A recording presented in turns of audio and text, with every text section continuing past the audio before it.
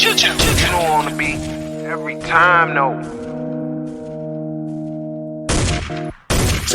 I would like to personally welcome you to Man Hour After Dark. Say that while I bring you the host, Mike, Buck, and Cone. You know who coming to the stage. Sports talk than what you about to hear right here. I second that. Go. You know that it's us when we talking about sports. Giving you facts on the field to the core. Tune in, we need the support. 1 hour too short, then listen some more. On all your stations, not dropping no music. Stripes like Adidas, but Nike just do it. Down 4 in the 4th, we go for the win. Michael 2 seconds, we taking it in. Buck, Mike, and Combs, you know what's going on. Man, now we're After Dark, no LA, we the big spark. No 4th and then just won't cut short. Got the best talking, it's all sports. Buzzing more than buzzer beaters. We coming live, all 3 speaks, go. And what is up, everybody? Michael Buckasher here with the Man Hour. Head over to manhour.com. Pick yourself up some merchandise. If you watch this on YouTube Live right now, hit that like button and share this with a couple friends as well. We got an action-packed show tonight. We have the world-famous What Does Tonight. We got an interview with Zen Michalski, a Ohio State lineman, offensive lineman, I should say. And then we're going to break down the NFL playoffs. But first things first, let's welcome the man, the myth, and legend himself, Brandon Combs. What's up, Brandon? Man Hour Nation, baby. Rise up. It is showtime. Let's go. Well, first things first, Brandon. How was I see you got a hockey. Is that a hockey jersey on? The USA hockey jersey. What is up, man? Like, Brandon, you were hype about the Junior National Championship game last night. Look, man. How do you feel about it now? Anytime US goes up against Canada, I am all in. And I love the tournament as it is, but when you're going up against Canada, especially in hockey, man, because that is their national pastime is hockey. They love their hockey, and the U.S. national team wasn't supposed to get there, and they got there and they won the damn thing. So, man, I was pumped. Speaking of junior national hockey team, a guy that could be playing on the junior national hockey team, Wyatt Williams himself. Wyatt, what is up, man? What's up? Clearly, I'm doing something wrong. I could be playing for the junior national hockey team for the USA right now and beating Canada 2-0. You've seen Mighty Ducks, right? Yes. You look just like Goldberg, man. It's perfect. It's just you're white and he's black. With the exception of the fact that you wear that crap that you wear on your shirt. What do you mean, this thing right here? I mean, That's bad boy right here? Yeah. I mean, you could come there because as soon as I see that sign, all I want to do is hit somebody. So Wyatt, you missed a show last night. You were on assignment calling a high school basketball game. How did that game go? Oh, the game was good. It was between two sectional rivals in our area where me and Buck are located here in Southern Indiana, Providence and Southwestern. It was a really good game. Always a really good rivalry game. They have more than one high school in Southern Indiana? They got a ton, man. You wouldn't even believe. They're in all kinds of corners. I can count 10 off the top of my head. I know. I didn't even know there was a right Southern now. Indiana. Exactly. No. Southern Indiana is the mecca of basketball. It is. This is where all the mecca. Best players ever could come. Damon Bailey, Trey Kaufman currently. Yeah. Pat Graham. All the good ones are from here. Didn't Larry Bird come from Evansville, right? No, he came from French Lick. He's the hick from French Lick, Buck. Come on now. Same thing. Larry Bird, the hick from French Lick, baby. Never heard of her. Oh my God. Is that because you're a Jordan fan or something? Dude, is there anybody else other than Michael Jordan? I can name 3 that are better than Michael Jordan. I can name one. I won't go that far. I'll name one that's better than Michael Jordan. Torrey LeBron. Anderson chiming in. Remember that time Bears beat the Packers this season? Oh, wait. Hey, remember that time the Packers didn't choke in the playoffs at home? Oh, wait. Hey, remember the last time that the Bears made the playoffs and actually did something? Yep, I do. Was that the single doink or the double doink here? 2000. No, that was 2006 when we slacked off in the second half and decided to play zone defense against Peyton Manning and let him. Wasn't that the year that Jay Cutler hurt his leg and was riding an exercise bike on the sideline, but he couldn't come back into? No. This was the year that they went to the Super Bowl, and our quarterback was Rex Grossman. Rex Grossman. Yeah. I like Rex Grossman. He's a good guy. We don't talk about Jay Cutler here. We talk about Jay Cutler the same way we talk Grossman's about another Mitch Indiana Trubisky boy. in Chicago. Rex Grossman's from Indiana. I feel like Jay Go Cutler figure. is the best quarterback in Chicago in recent history. Exactly, and that's Indiana how as sad well. our quarterback situation has been the entire time the Bears have been an organization. Is that our our one Super Bowl came from a guy named Jim McMahon, and our best quarterback is a guy named Jay Cutler. That's how sad the quarterback situation is in Chicago. Whatever, man. Speaking of a sad situation, guys, the College Football Playoff Championship is Monday, or is supposed to be Monday, right? But however, COVID is starting to run wild through the Ohio State team.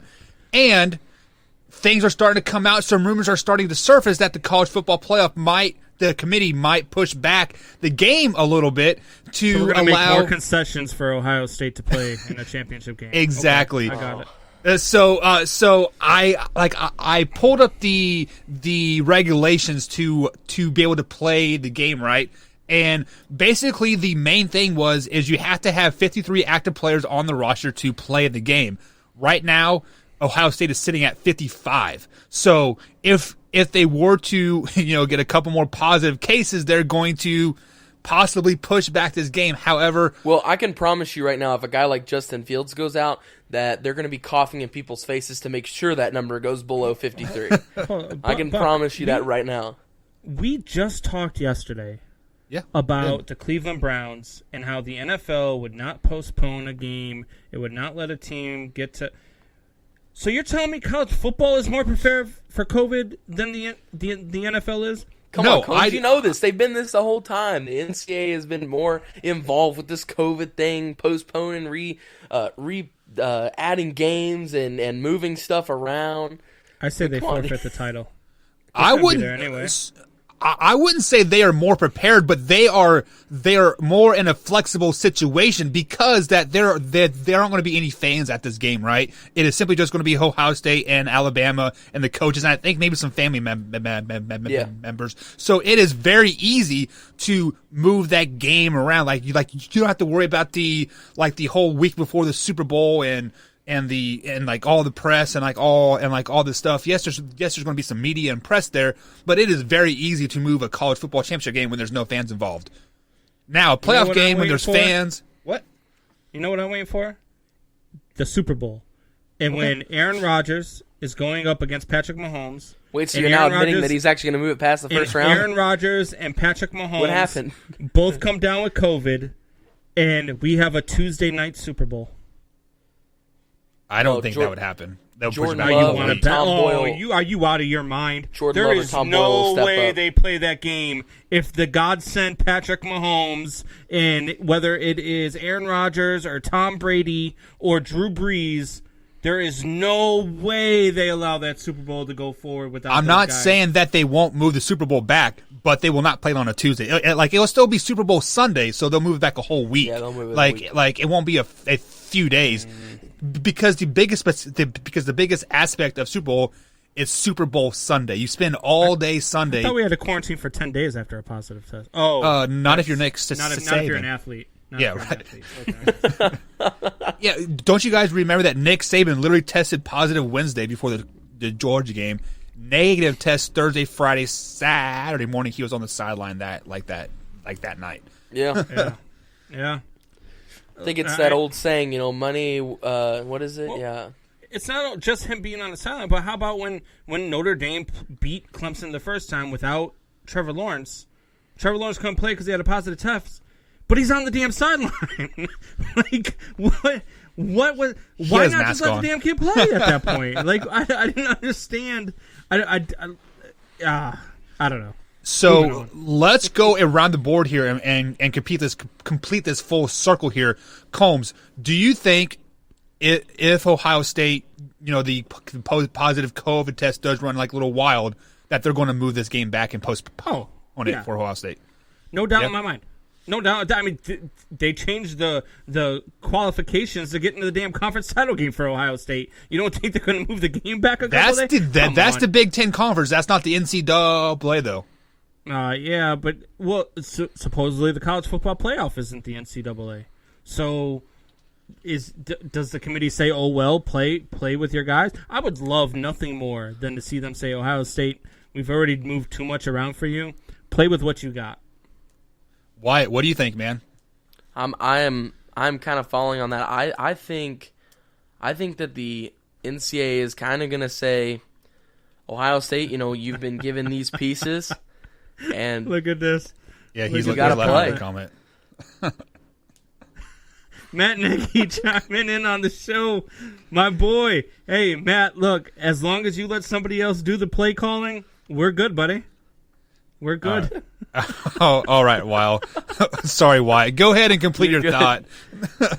no, so I mean, I don't know if the NCAA can really give that to Ohio State without getting, just demolished. I mean, we already saw what happened whenever they gave them a little bit of leeway with the not eligible for the Big Ten championship. Once again, that's the We Big already- Ten Conference. That's not the NCAA, though. I know, but do you know how much hate the NCAA or whoever's over top of it, the college football playoffs, the NCAA, Big Ten, all of them combined? Do you know how much hate that they would all get if Ohio State got a free pass through this one to sit out? Just as long as Justin Fields and your guys like Chris Olave are good to go, I think they're going to say, hey, run what you brung, get out there, let's do this. I feel like college football fans outside of Alabama and Ohio State got a raw deal in this one. Because either A, we have to watch Alabama win another title, or B, we have to watch Ohio State win a title. And either way, I want to puke in my mouth. That's just it's. Well, we know Notre Dame isn't going to disgusting. win a title. They can't get past the first round of anything. Go Yeah. to bed, Wyatt. And if the people on the Trash Talk group had their way, they would never even make a bowl game ever again. But that's here nor there. At the end of the day. So I guess the question for you guys: what is the lesser of the less two evils that you'd rather have win? Is it Bama or Ohio State? I mean, me personally, I want to see Alabama win because they played a full season. Are they 11-0 or 10-0? I don't have the record off the top of my head, but they're not 6-0, and they have to bend the rules to make a conference championship game to get your six win and be eligible. So I want Alabama to honestly stomp a dick hole in them. I don't. There is Alabama no didn't play lesser Citadel, two did they? evils. No, they only played SEC this year. But they just. There is no lesser of the two evils, to be honest. I mean, because Alabama fans are like New England Patriots fans, man. They are unbearable to be around when they win. And Ohio like Notre State Dame fans. Ohio State fans are pretty much, but we never win, so we're pretty much bearable all the time.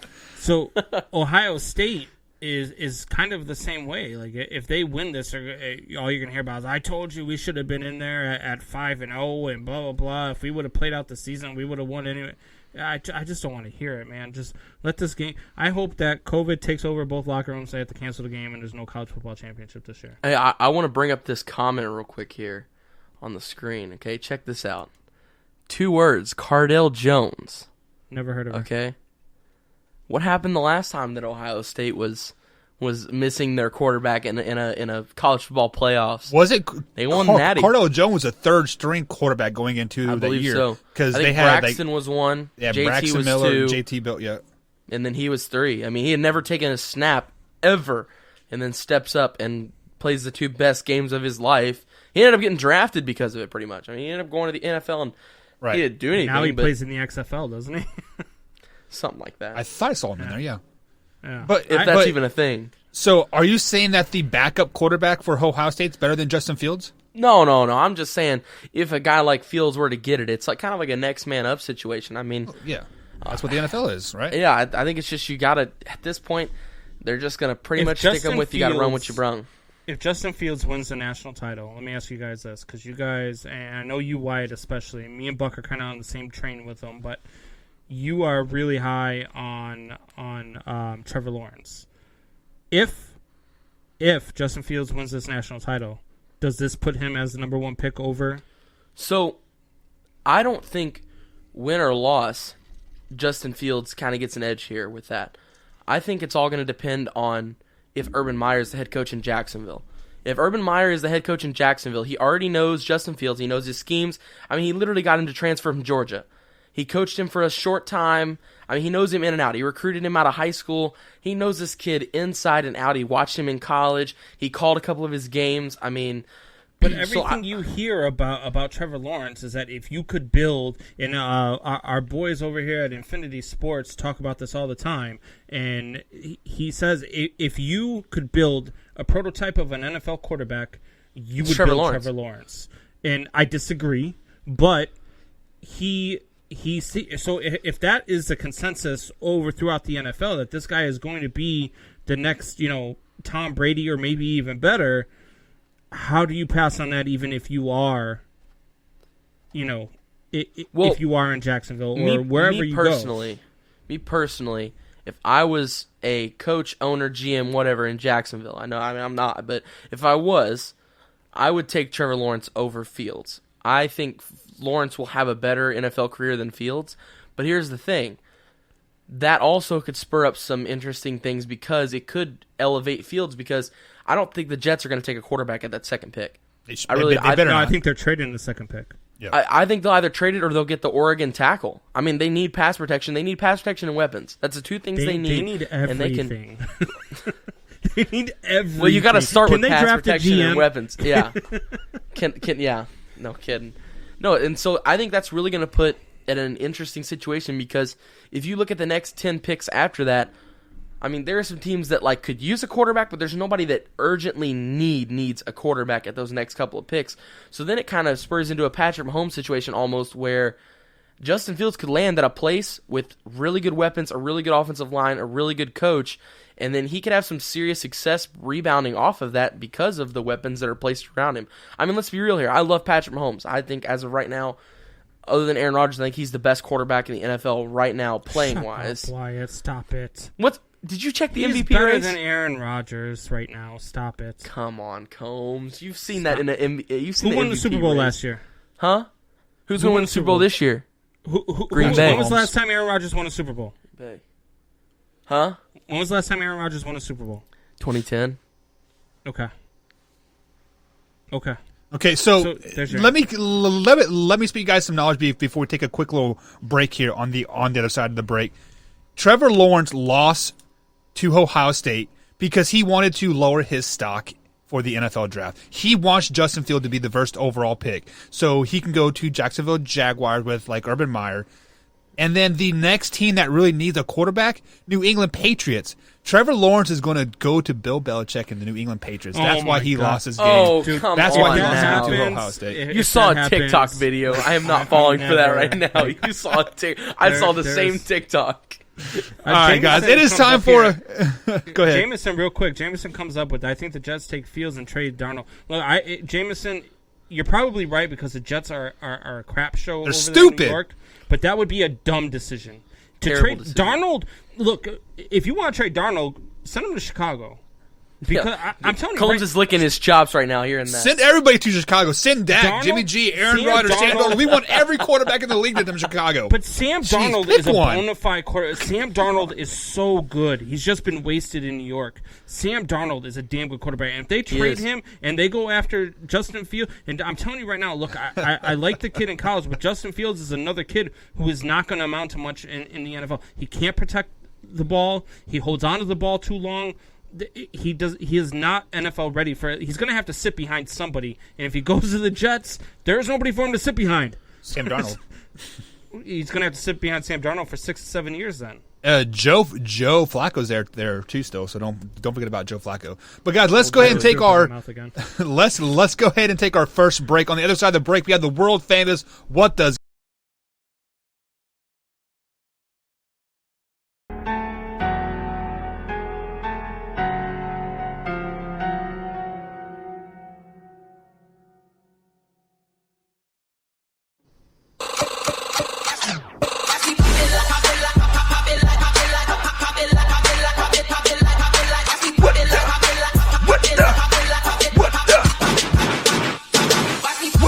And what is up, guys? Welcome back to the Man Hour. My first what the of the night is going to go out to Urban Meyer and all these commentators that are dangling their toes in the water of coaching again. I'm talking about the old Pittsburgh Steelers coach, what's his name, Bill Cowher, Urban Meyer.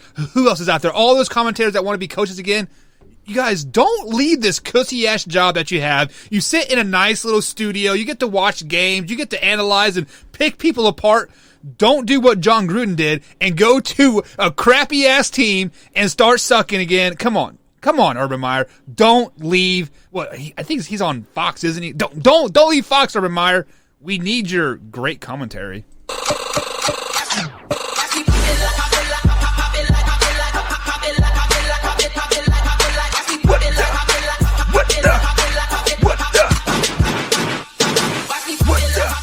All right, guys, my first what the other night was going to go out to Chase Young and his whole I want Tom.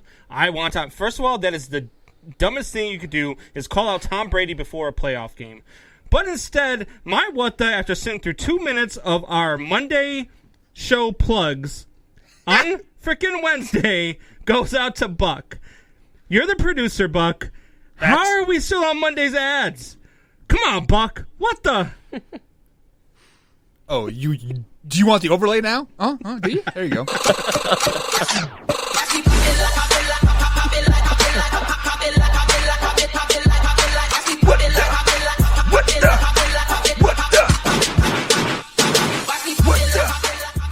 My first what the of the night is going to go to Snoop D-O-double-G. Why are you calling out Eminem? Did you see what he did to Machine Gun Kelly? I mean, hey, I get it. Snoop is way bigger of a legend than Machine Gun Kelly.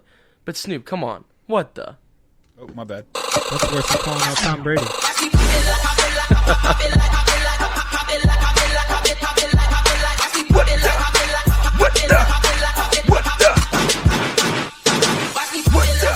And my next what the of the night is going to go out to my coworkers, the coworkers that call me for help because I'm their IT administrator, and they're like, hey, Buck, we need some help. And then you go on a 30-minute rant about how your freaking remote died out, like at home. I'm not here to fix your TV. I'm here to work on your computer. I'm here to install applications for you. I don't care about your personal life. I don't care about your home computer. I don't care that your dog shit on your shoe and ate it up. I don't care. I do not care. I'm here to fix your work computer. Come on, pull your head out of your ass. You get the what the. You guys know exactly who you are, Karen.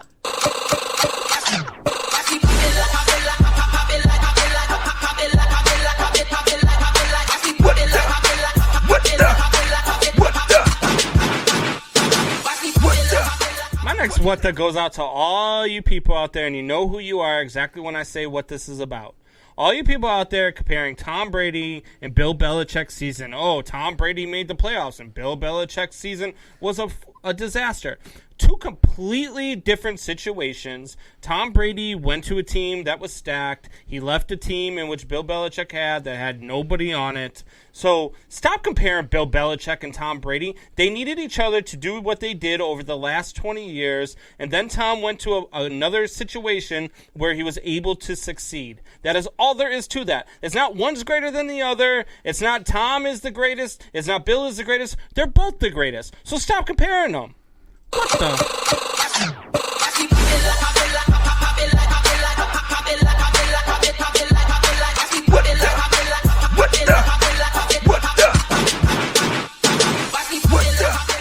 My next what the is going to go out to Buck, my man Buck, for picking the Cowboys to win the NFC least. Buck, Dumb. What the?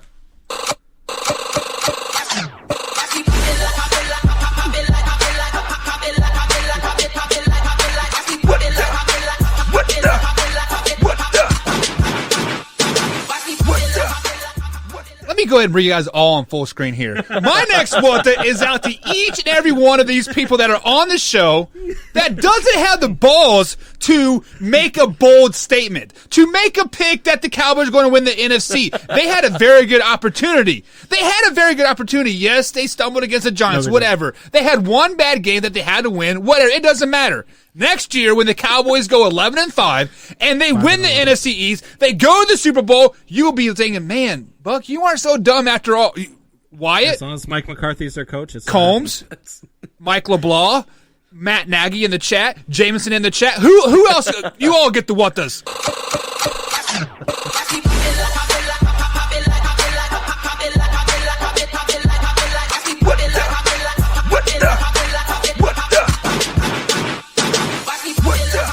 Next what the goes out to the Hall of Fame voter who left everybody off of his ballot for Major League Baseball.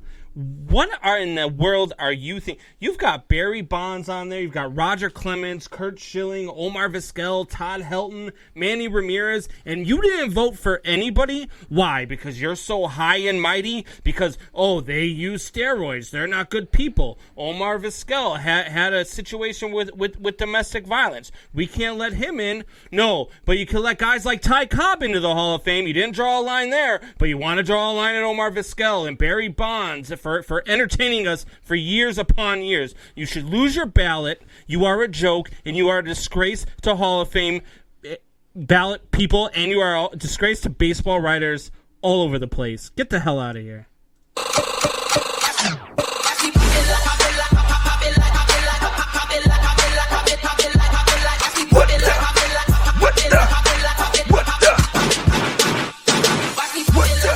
My next what the is going to go to the Arizona Cardinals. They started the year off 6-3. It was Kyler Murray time out there. They looked great. And after that, they only won 2 more games. Arizona, what the? Oh, my bad.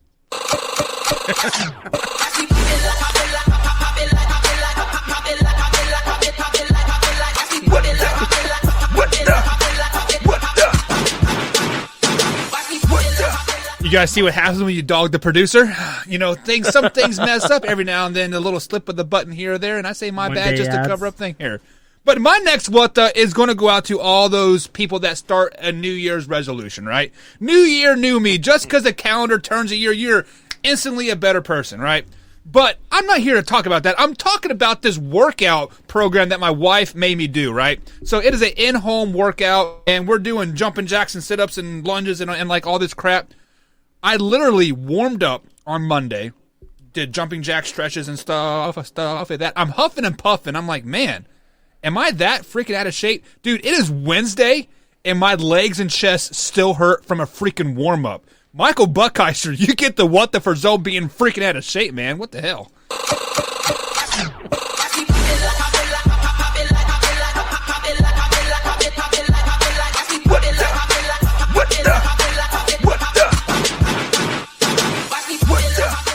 My next what the goes out to all you listeners out there.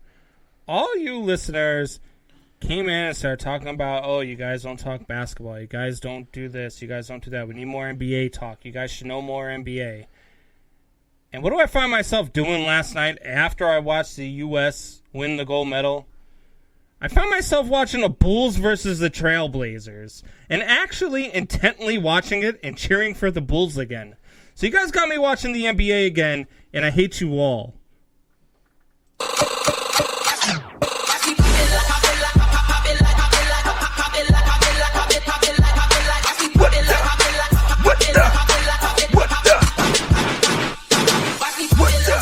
My next what the is going to go out to the Miami Dolphins and to the New York Jets and whoever else hired Adam Gase. Man, guys, come on. What the?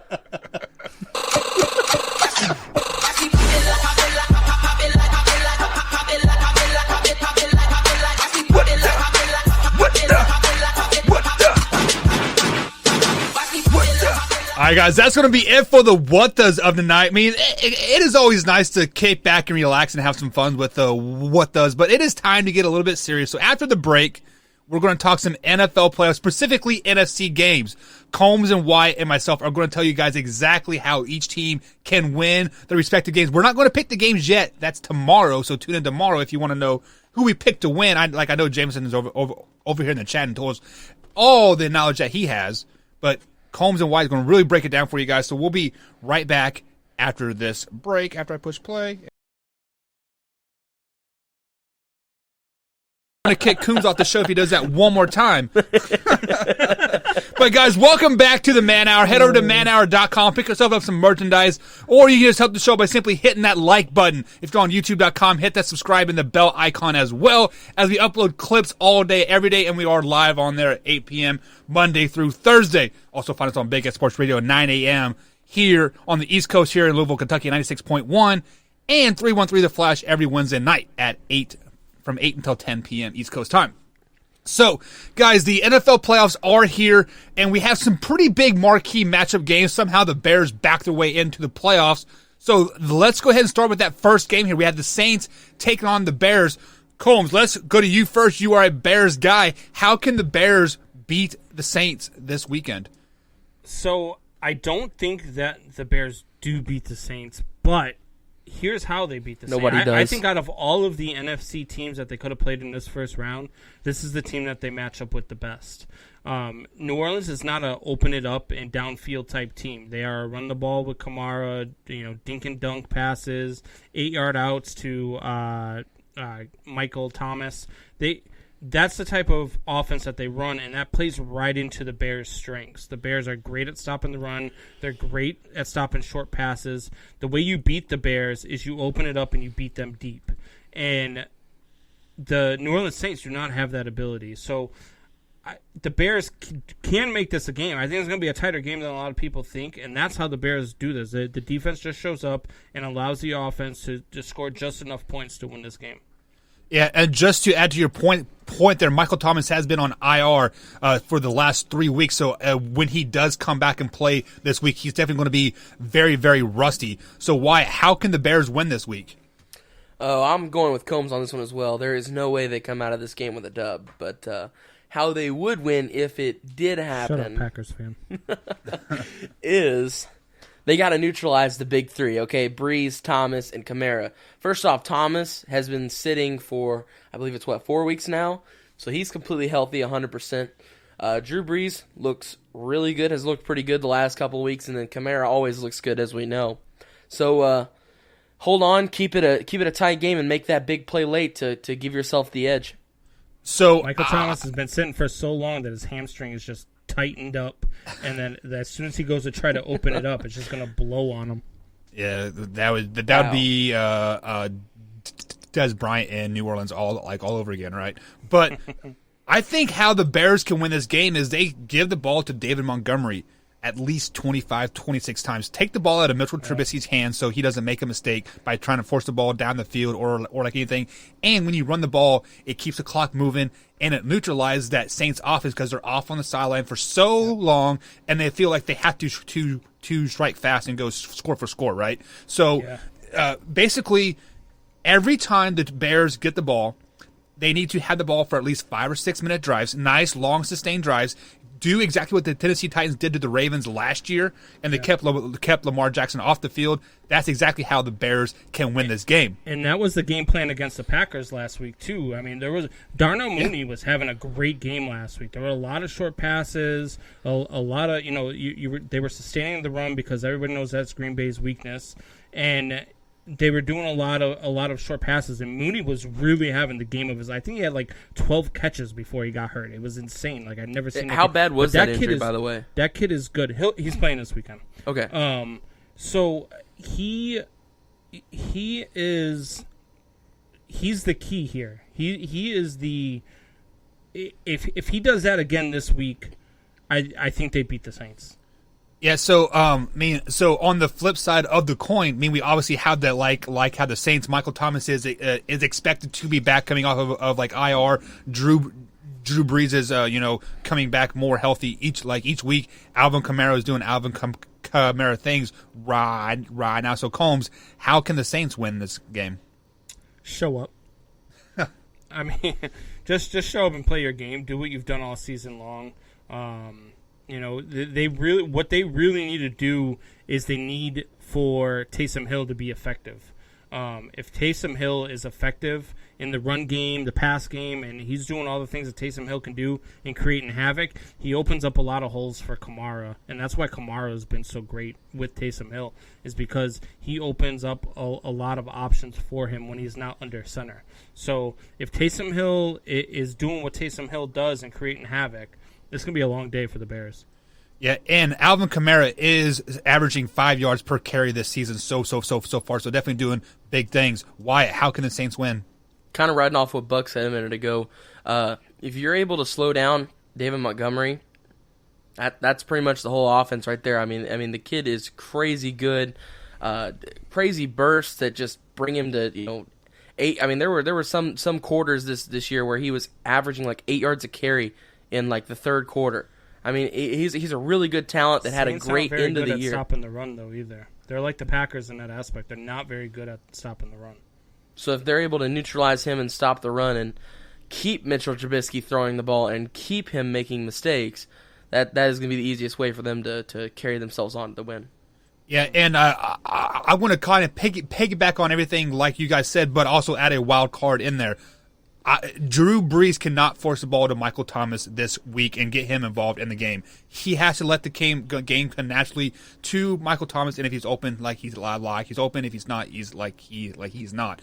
Michael Thomas is not the same Michael Thomas that we saw last year with the record number of receptions and stuff like that. Right. There has been off-field issues. There's been the internal fighting, and then the ankle, and now it's the hamstring. And is it really a hamstring, or was it a punishment? Like, hey, you are acting up still. Like, that is to be determined still. So Drew Brees just needs to keep doing what he's been doing the last 3 weeks without Michael Thomas in the lineup, and use Michael Thomas as like X factor.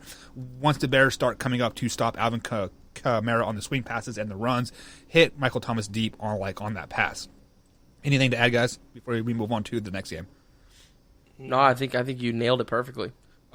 All right, so the next NFC game we are going to talk about is the Seahawks versus the Rams. We talked about this a little bit yesterday, saying that this might be the best game of the weekend. So Wyatt, how can the Seahawks win this weekend? Seattle simply has to just get themselves to being Seattle again. I mean, I feel like I haven't watched a Seattle game and saw Russell Wilson cook and be himself in a really long time. Here recently, he's really struggled, especially in the Giants game was the really ugly one, and Washington wasn't great. But the Giants game was really the game where I kind of sat back and was like, what happened? I mean, think about it. The guy went from throwing 3, 4, and 5 touchdown passes a game and rushing for 1, even 2 sometimes, to a MVP front runner to not even in the MVP race anymore. Just kind of disappeared. Well, and that's exactly why he doesn't have an MVP, because he does this every year. He starts out hot, then he sizzles out toward the end, much like bacon. It's good at the beginning, and at the end you're like, oh man, why did I eat that? Combs, how can the Seahawks win?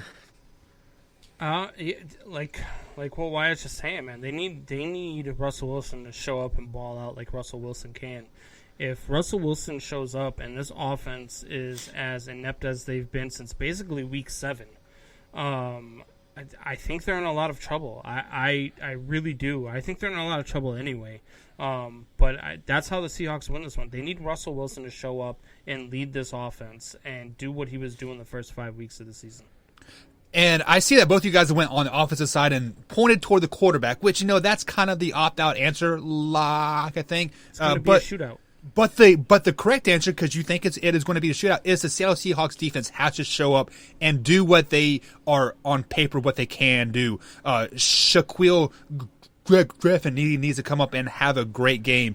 Jamal Adams, hopefully he is healthy. I know he's been hurt last 4 or 5 weeks. He has that nagging hamstring. He needs to come out and healthy and do what he was doing the first part of this of the season. He was leading that team in tackles for the first nine weeks as a safety, and then all of a sudden he is obsolete, right? So he needs to come up and have a big game and not be starstruck by the moment, because we've seen in his press conferences he has been like, oh, this is what it feels like to make the playoffs. This is what it feels like to win a division. He needs to get past that point. That's what it's like coming from New York.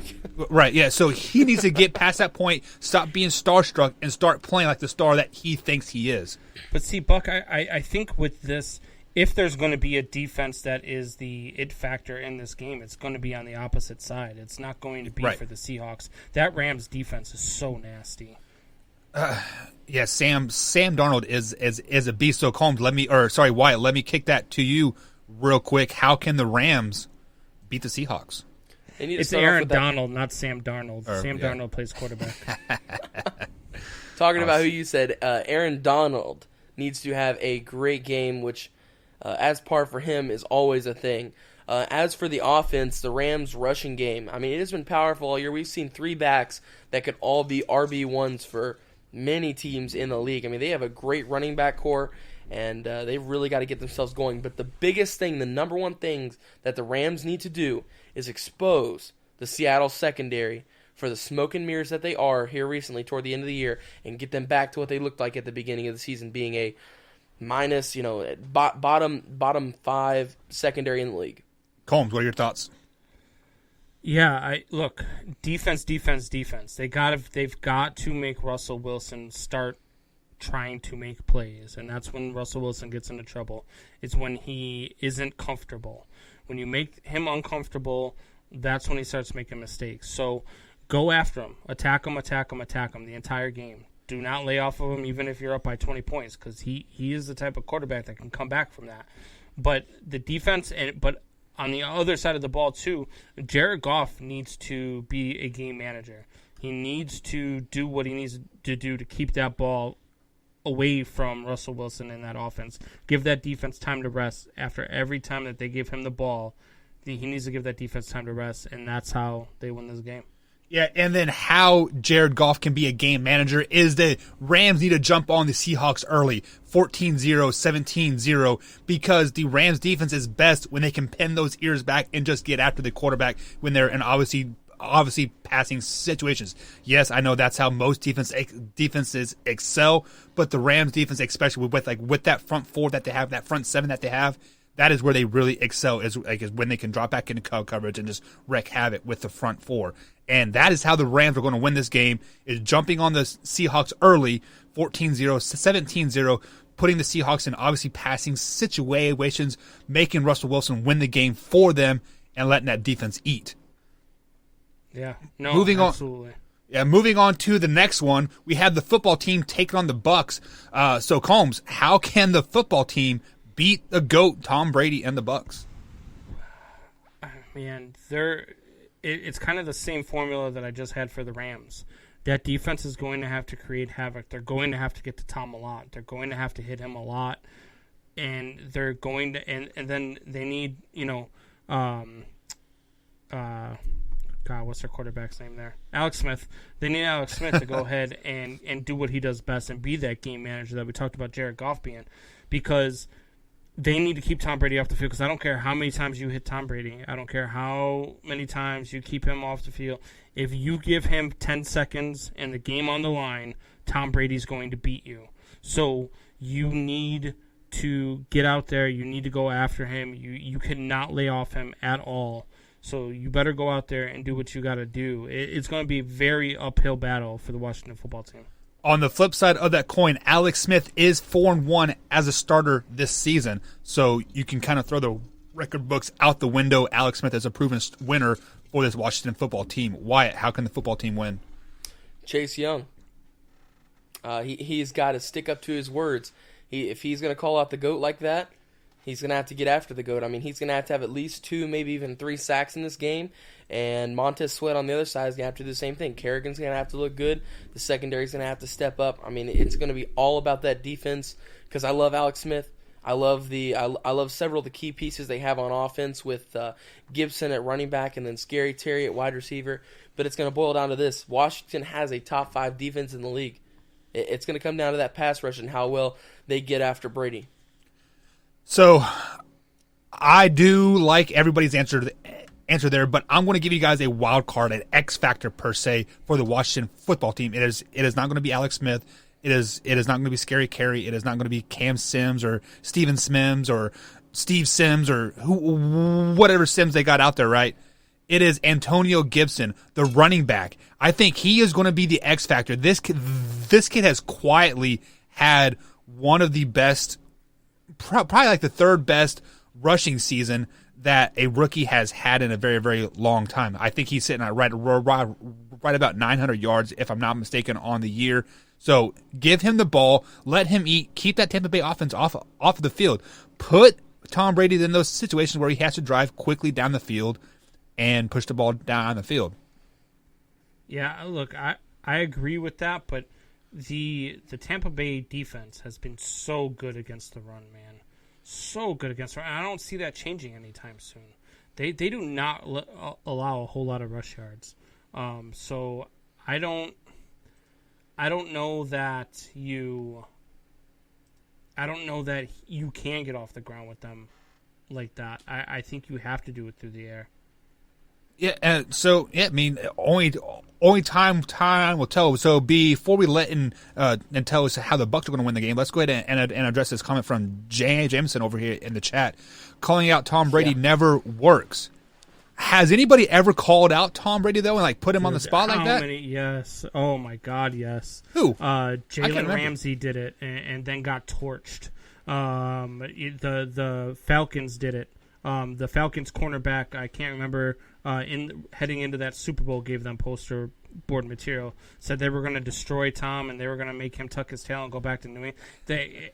And then they blew a freaking 28-3 lead. Like, do not give this guy poster board material. Just don't do it. And they found out time and time again. It's happened throughout the years. I mean, I remember back when they were going back and forth with Indianapolis all the time. And I remember one of the Colts defensive backs saying something. And then they just went out and they got beat like something like 43-3 or something crazy in the AFC top. Like, it was insane. Do not give this guy poster board material. There's a reason why he's the GOAT. There's a reason why. Just shut your mouth, go play football, and try to beat him. And then if you beat him, talk all you want. So there's a difference between then and now.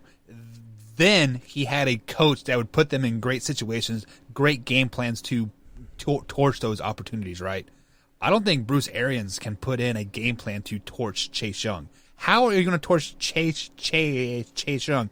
Run to the other side of the field? Marquez Sweat's there. Like, come on! Like, this is Chase Young is in his head, forcing them to come at him. I mean, this is a great opportunity for the football team, and Chase Young is kind of the mastermind of this whole thing here.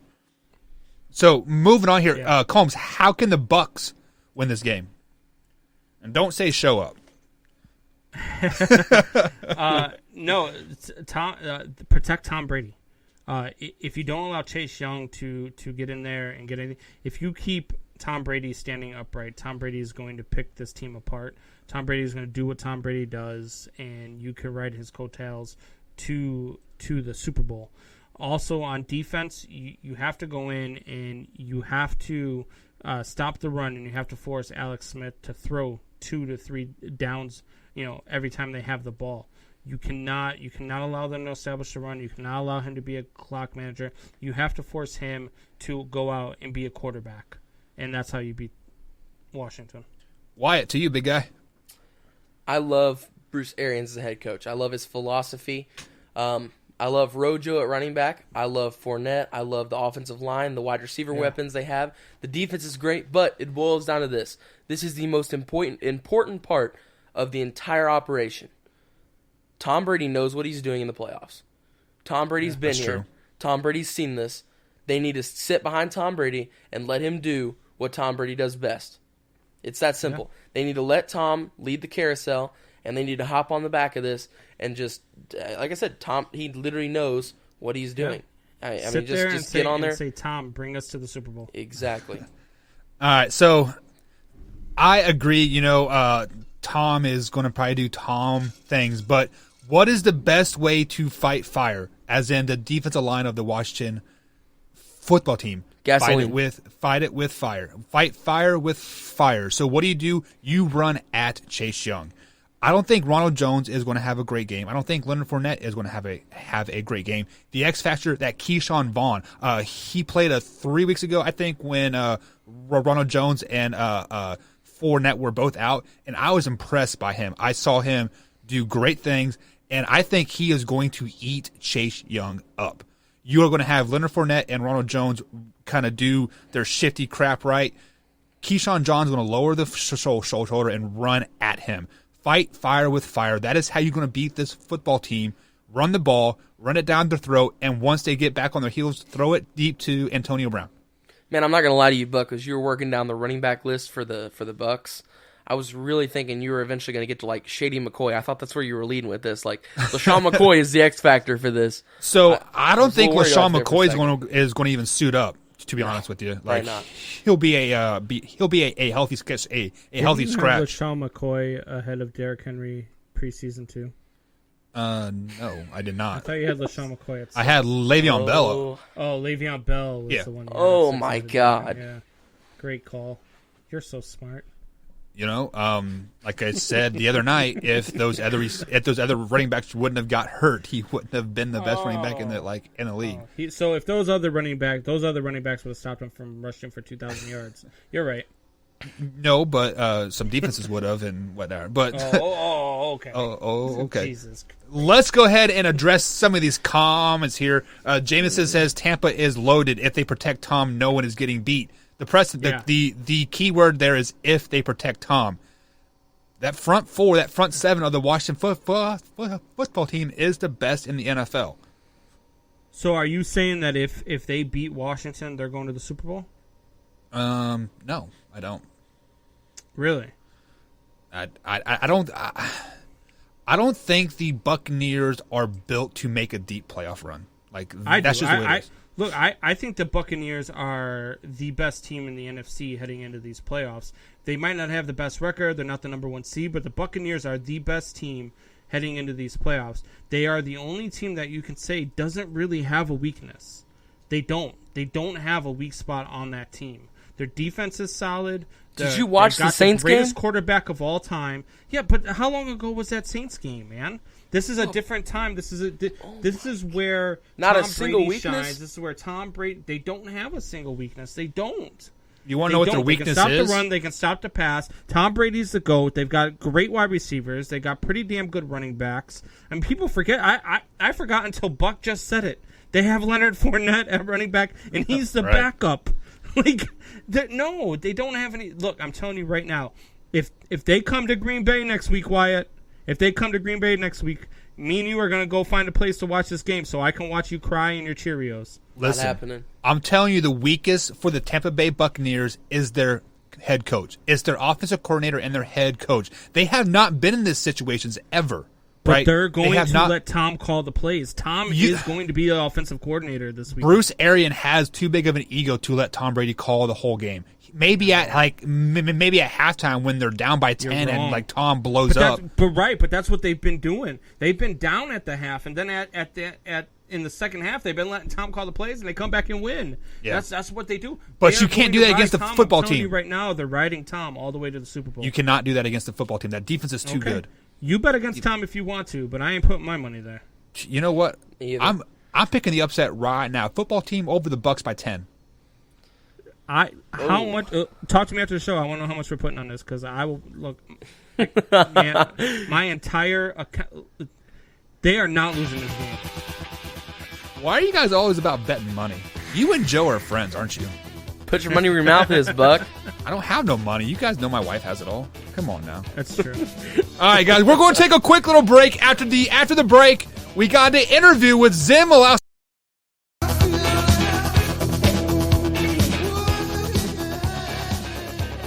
What is up, Man Hour Nation? Wyatt Williams here with you, and I am bringing on a very special guest, Zen Michalski, Ohio State commit. How are you doing today, Zen? Hey, what's going on, Wyatt? I'm doing good. How about you? I'm good, man. Living the dream, brother. Awesome, yeah. Just hanging out, too, working out and stuff. Awesome, buddy. So, as we all know, your future school, Ohio State, is headed to the national championship. Mm-hmm. So what has that been like for your future squad to succeed in the college football playoffs like that? And kind of how has it been to kind of sit back and watch these guys that are your future teammates and future coaches? It's been great, especially the Clemson game. That was easily one of the funnest games of football I've watched my entire life. I mean, not just because it was obviously biased, but man, it was just. You were going crazy on Twitter, man. I was excited. It was the run game, just everything. It was so much fun. But it's really important to me because the expectations now are so much higher. Like when we get there, you're either going to be walking into a national championship caliber team, or you're walking into the runner-up. So, I know it's all going to be a lot harder. I'm really excited for it. That's awesome, buddy. So, how much have you talked to Ryan Day in the last week about all that's going on? Have you talked to him in the last week? When was the last conversation, and what was it like? About a week ago, yeah. Just talking about the game. It was before the Clemson game, and he's excited. The goal was, like he said, the goal was never to beat Clemson. It was to win a national championship. So Coach Day definitely has the mindset to go win it all, so I'm excited to see what he does. So, what does it mean to you to go get the opportunity to play for a historic college in the game of football with so many legends that have played there in previous seasons? What does that mean to you to go play for Ohio State? Gosh, it means a lot. It's crazy because it still doesn't feel real, but it's just awesome. I would not want it any other way. I wouldn't want to go to any other school. To be able to have the opportunity to go be like some of those guys is just crazy to me still. So, as we all know, your body transformation you had going on in this offseason, can you kind of run us through the process of what it was like, kind of just from junior year on, of what it was like for you to step into your 6'6" and 285-pound frame now?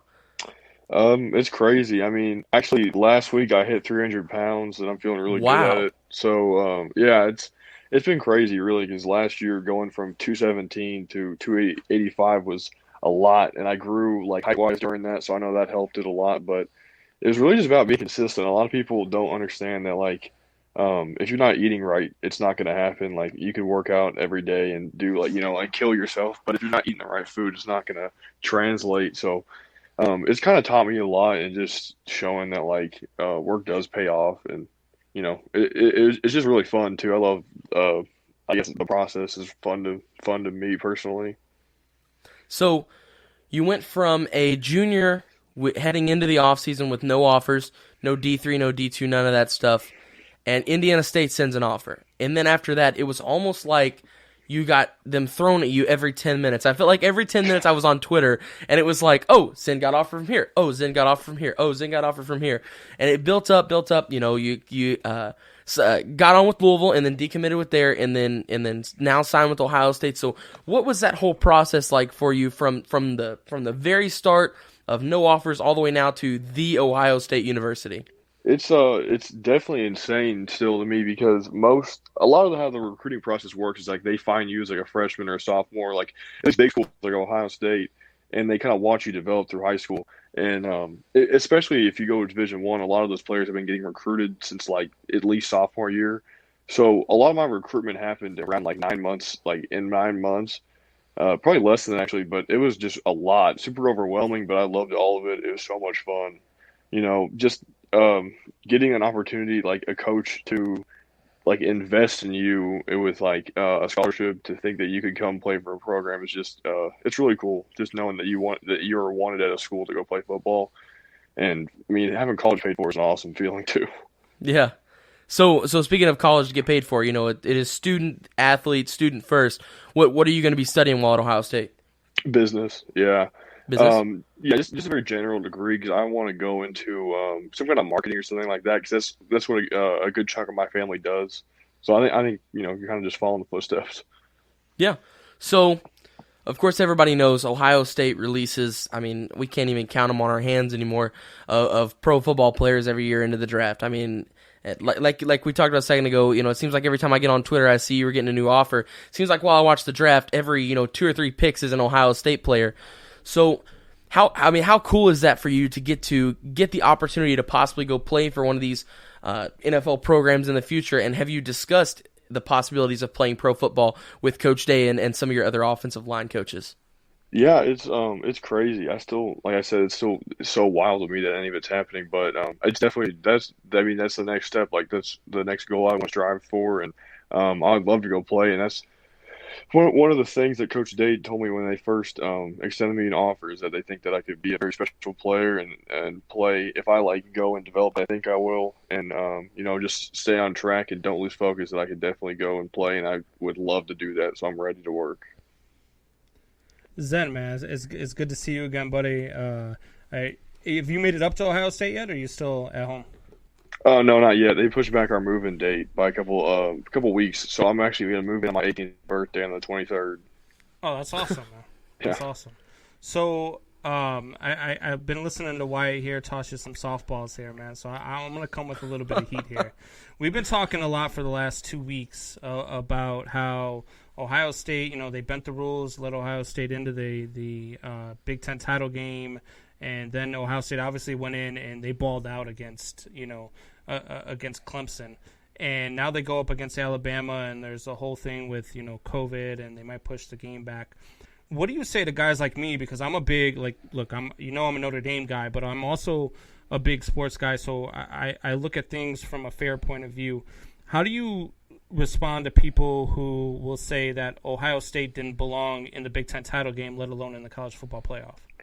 I mean, look where we're at now. I don't know what else to say. It's like the proof's in the pudding. Like we went in, won the first playoff round. I mean, I don't know what you call that against Clemson other than humiliation. That's all that needs to be said, Zen. I agree 110%. Exactly. I mean, if anyone has anything to say about it, I mean, I don't think Texas A&M would have gone and done that, or Florida at this point. But if anybody has anything to say, just ask them to go check the final score of that Clemson Ohio State game for you, and that should seal the deal. I have something to say.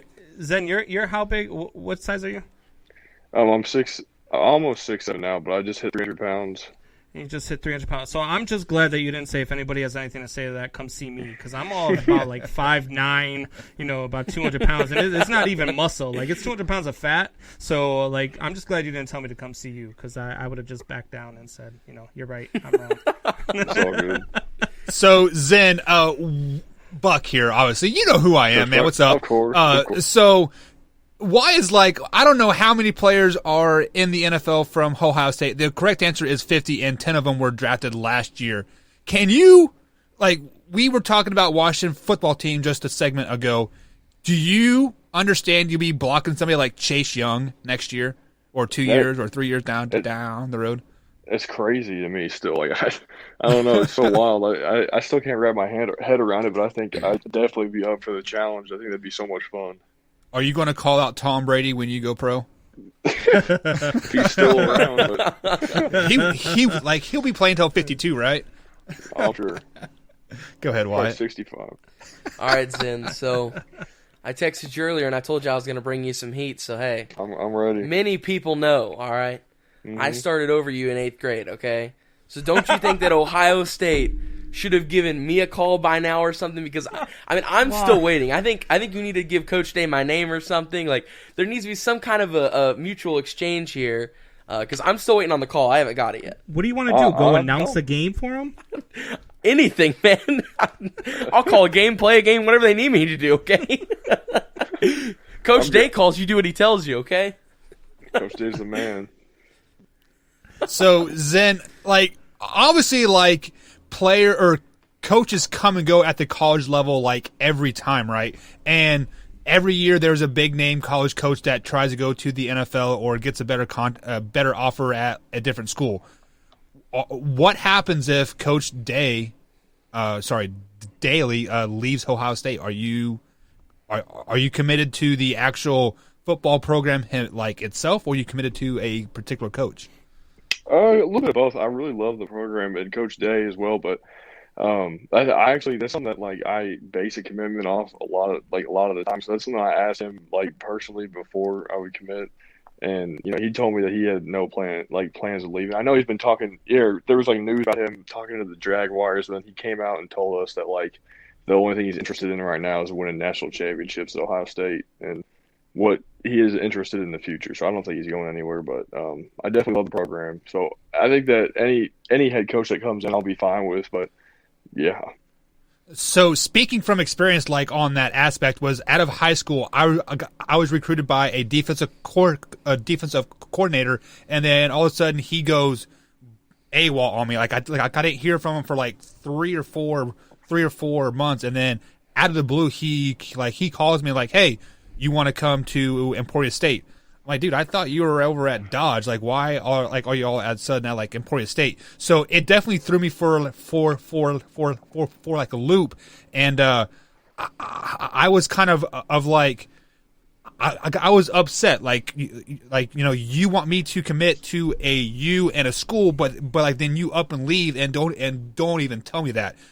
So you are saying that you have the open communication with your coaching staff. Do you think your coach will give you a heads up if he decides to go with Urban Meyer and go to the Jaguars? Oh, yeah, I feel like he definitely would. I feel like tell us or something like that, because I know it is a big thing in college football where coaches, it's always changing. There's not many coaches that stay for more than around 5 years, but No, I think he definitely does. I'd be fine with anything, honestly, because I think that like Ohio State's such a rich program that we would find another great head coach, and it would be fine.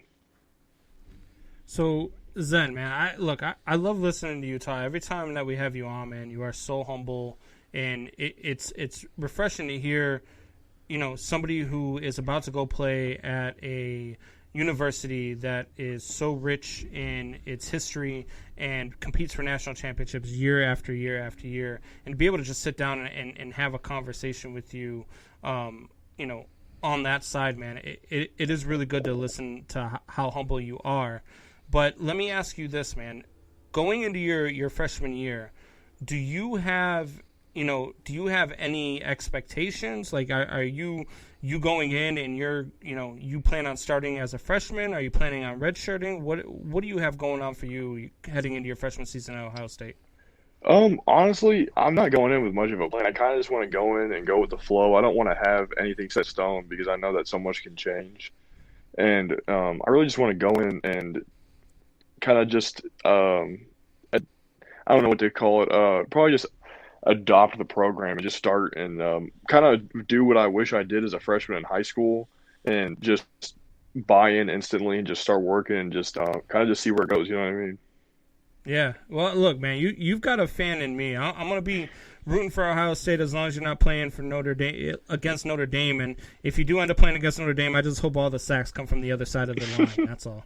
All right, so that is enough football questions here. You said you hit 300 pounds. First things first, wow. Secondly, are you still eating your grandma's cooking? Does the grandma really got that much of secret sauce that she's packing that pound on you? I ate it tonight. I don't know. I eat pretty much the same thing every time I come here. I'll send you after the thing. I'll send you some the pictures I have of the food and stuff. But I don't know what it is, honestly. I used to find gaining weight really, really tough until you, like I said, until you kind of find the right food that works for your body. And once you do, it's not as hard. And then all you have to do is combat that with lifting and working out and make sure that all those calories don't just sit and become fat and or just hit 30 years old, because once you hit 30 years old, it's really easy to gain weight too. Exactly. Speaking of the weight room, are you on Ohio State's weight plan yet, or are you still kind of YOLOing it? No, I'm on the weight program now, and it's really fun. I like it a lot. It's less than I thought it was going to be. It is only 4 days of lifting, and I have 3 days off of no workouts or anything, so I'm guessing it's just recovery for those days. But I really like it. It's really tough, and the days that we do lift, they're vigorous. Like, I'm at the gym for 2.5 hours trying to finish this program, and I'm going as fast as I can. But no, I really like it, and it's helping a ton. One thing that I learned my freshman summer going into my first freshman year was sometimes when you do things less, it is more for the body. So just kind of keep that in mind moving forward. Less more. You guys got any more questions before we let Zen go and enjoy his evening? And happy graduation, by the way. Thank you. Yeah, happy congratulations on graduating. But hey, I got one final question for you, Zen. Sure. And I kind of did this with T the other night as well. My final question for you, sir. Zen, your last name is Michalski, okay? Mm-hmm. And I can tell from my standpoint in the booth, okay, from calling your games, I corrected people all the time calling you by the wrong name. So how often do you have to correct someone? It says Michalski, whatever they come up with. How often do you have to correct someone and be like, hey, it's Michalski? I've stopped correcting people. I've kind of just started going with it at this point. Someone calls me Michalski, I'm like, yep, you got it. Let's go. You got it. That avoid. What is the craziest last name that you've been called? Because me being Michael Buckheister, I got that some pretty crazy ass names called. What's the worst one that you've heard? Some people will add letters to it that don't even seem to it makes no Michalski. Some people add an R to it. I don't know. It's just strange. But I don't blame them. I feel like if I had to read a weird last name, I'd be just as illiterate and wouldn't be able to say anything. In high school, I went after my mom's married last name, which my stepdad's last name, which is Maldonado, which is a Hispanic last name. And my high school football coach called me marinara, and from then on, I was known as meatball because meatball with marinara sauce was a thing. Oh, so. God. Oh, That's my good. gosh. All right, Zen, as always, thanks for joining us. Enjoy the weekend. Enjoy eating some grandma's cooking. And when you move, man, definitely let us know that you're settled in and safe up there, man. And yeah, happy sure. early birthday. You said the 23rd? Yep, yeah, that's when we're right. moving into. Awesome. Well, thanks for having me on, guys. Yeah, all right, man. Have a See you, good Zen. night. All right, guys, that is Zen. Like, I always like talking to Zen. Like, I think me and Zen talk so down to more earth, than my man. wife does. Dude, he's so down to earth. I really like listening to that kid talk. He is going. I'm telling you right now, man. That kid is going to be 300 pounds he's hit. And from what you told me, Buck, when you look at when people think 300 pounds, they think big and they think wide. Yeah. From what you're telling me, this guy's 300 pounds of solid. He's muscle. He's just cut. That's insane. So man. I don't know if I've ever said this on air, but let me give you guys some insights of like how recruiting linemen work. So when you see linemen and you see a recruiter looking at offensive specifically on the offensive side, the first thing that they look at is their ankle size. So why do they look at their ankle size? It is to see how much weight they can put on and sustain. If a kid has large ankles, he is not going to add that much more weight. If a kid has skinny ankles, you can pack on some weight on him quickly. We are seeing it with Zen. You know, earlier in the senior year, Wyatt, correct me if I'm wrong, but he was like 230, 240, right? Wasn't much. And then so over a 6-8 month period, he is up to 300. He's put on 60 pounds in less than a year. And Zen's ankles are probably only like 6 inches. You know, So, I mean, Buck, they're you know tiny. him. You know him best as a player, and I had to ask him a question on what his designs were his freshman year. Is he going to be one of those kids that's just hard to beat out at his position? Zen is a type of player that is going to outwork you and outsmart you. So I loved but hated coaching Zen at the same time. The reason why I hated it was because he was always in my ear asking these questions. So I mean, like don't get it twisted. Like, you know, like I love a player that asks questions, but like he would make you be on top of your game and know your shit. Because like Zen is asking you legitimate questions like, hey, what happens if this and this happen? You're like, well, what do I do? And you know, there are other coaches like on the staff like, oh, just go do it. And like I would break it down with Zen, like, you know, like, hey, stop overthinking it. Let the game come to you. So like Zen's biggest downfall is sometimes he overthinks things. Like he is too smart for his own good. So hopefully I think at the college level, I guarantee you his first year there, his head is going to be spinning because the playbook, you know, is 100 pages. You have terminology that you never heard of. I mean, like, granted, like over here at Floyd, like we have a pretty complex playbook with a lot of terminology, but Zen is smart enough that hopefully, like, he just sits back and let everything come to him, and he doesn't try to attack it. Does that make sense? Yeah, for sure. Why do you you've known Zen your whole life? Like, do you kind of concur? Yeah, no, absolutely. He's always been a really smart player, kind of like you said, a very curious person, not just on the football field, but he's a really curious person as a whole. He's always asking questions. They're just a knowledgeable guy. But the biggest thing that I think sets apart Zen, kind of what Combs said, is he's so humble. He's just a different breed when it comes to that because, you know, a lot of guys, and I don't want to blame any of these big schools or the kids that are going to these big schools because it's incredible they are getting these opportunities, but like, you get some kids that go to these big schools like Bama, Ohio State, Clemson, and their head swells this big because of it, you know, and that's one thing I can give to Zen from 8th grade till now, from Indiana State to Ohio State to no offers to Ohio State. He's always been Zen. He's always been the same guy. He's always been humble. So that's kind of what I think sets him apart from the rest of the pack is how he's never changed. He's always been Zen. He's always been the same guy. And he told us that he would come on here every week just to talk with us. So, like, that shows you what kind of person that he is, right? Yeah, that's great. So, guys, we are going to take a quick little break. On the other side of the break, we broke down the NFC side of the NFL playoffs, but it is time to break down the AFC side of the playoffs. And we're going to tell you guys how each team can win their respective games. So we'll be right back after these breaks. And welcome back to the Man Hour, guys. Michael Buckheischer along with Wyatt Williams and Brennan Combs as producer Buck Nasty decides to do a quick little ad edit on the during the break. I noticed that I used the wrong overlay. So we are not on at 9 p.m. East Coast time. We start at 8 p.m. East Coast time, but go till 10 o'clock. So technically it's half right, Combs? I got some new overlays to make in the morning. That's all right. We'll get this production stuff down. We were on vacation. We're still kind of on vacation, but hey, we'll get there. You guys do not understand like how much production value goes into just like doing this, right? And from going from 1 hour to 2 hours and trying to up the production value. Work a full-time job. Why? How do you work a full-time job? I don't. Oh, okay. I'm just. I got you wondering. I go to school. I go to school. I call games. I'm on this show. I work at Jimmy John's part time. That sounds like a full-time job, man. Huh? Can I move in with your parents? Yes, I guess. I mean, I'll give them your number later. I mean, I think we have a spare. We got spare room. I mean, you can come on in. All right, guys. Let's go ahead and talk some more NFL playoffs. We got the AFC playoffs coming up.